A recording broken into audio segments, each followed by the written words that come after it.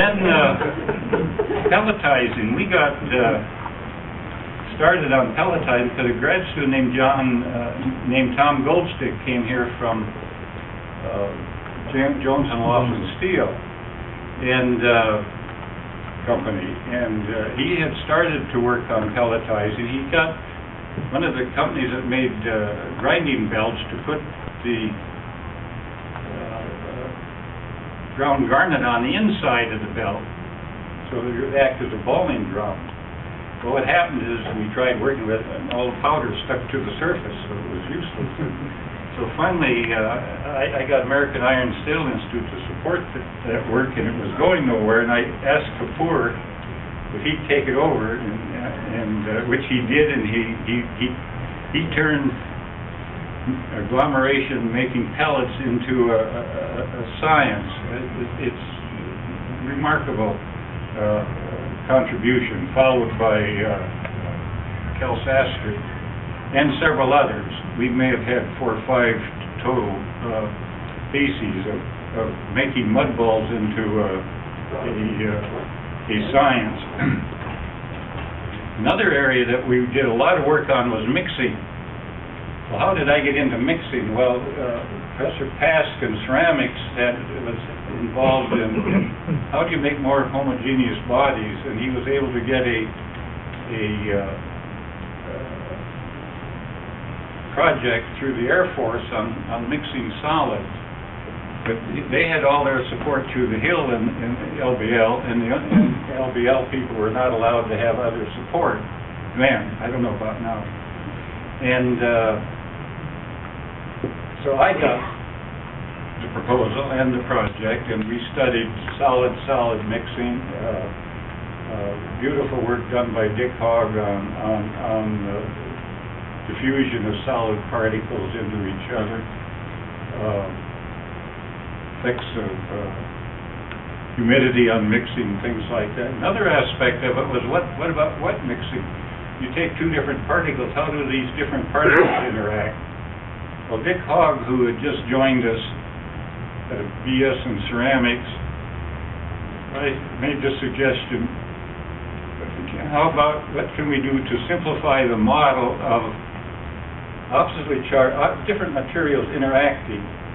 And Dick's MS thesis was published virtually as it was written by the Faraday Society, and that's really a major classic paper on interaction of particles, and that's how that came about. Then we were working with rotating drums, and we added mixing aids, and we started to work with drums with transport. And it was actually Cal Sastry made the suggestion to me, why don't you study transport behavior? So we did that. That now made several people's theses. First without any added body. Then we had plastic balls, which how do mixing aids work? Then we put in steel balls.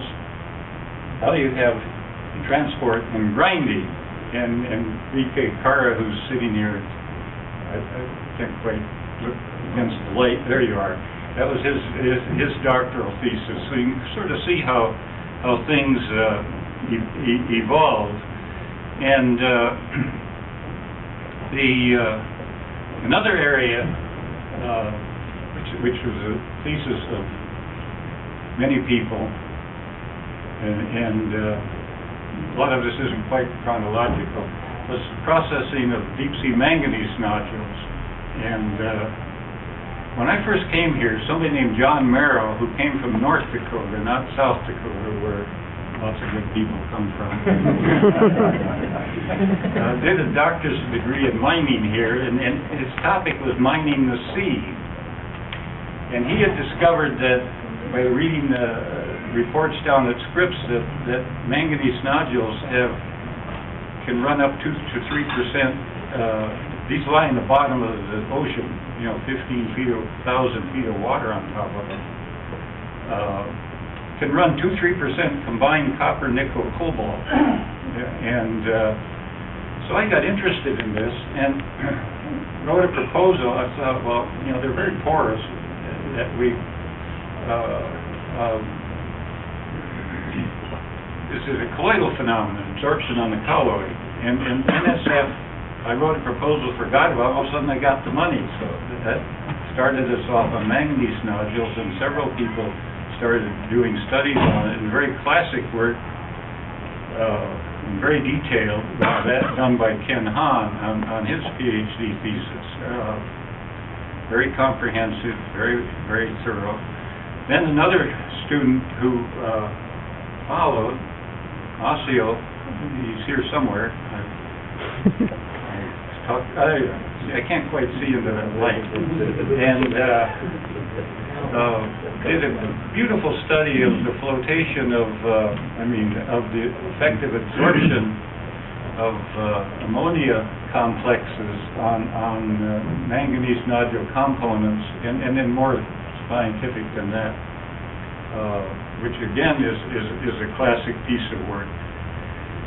Fine particle technology, as ores get older and finer, you've just got to grind finer, find ways to separate fine particles. And one day, somebody came from Battelle Memorial Institute that I'm sure everybody in this room has heard of, and this person said, you know, this was started to be non-profit, and we've been making profit, and some senators say that if you don't spend some of that money or give it away, we're going to tax you.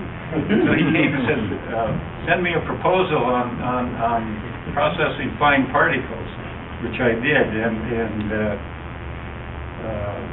Yosri Attia came here as a postdoc and did lots of good work on selective flocculation, where you flocculate one of the particles that might be in the mixture, not the other.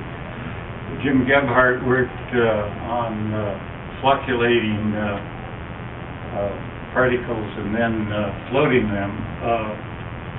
And so we carried this on a lot with NSF kind of work. I dabbled now and then in hydrometallurgy, but when Fiona Doyle came, I gave that up. But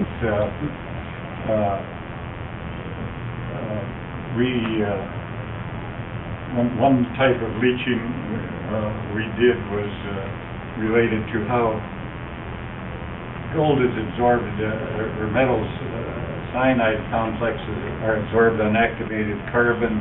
Studied Arthur Grotto, who's here, did this for a thesis. Leaching chrysocolla being another, but hydrometallurgy was very minor to me. My brother, who's sitting here, I did a lot of work on comminution. He did a lot of work on hydrometallurgy, so the family split that way. The last comment I'd like to make was coal. We did a lot of effort on coal, and it all started.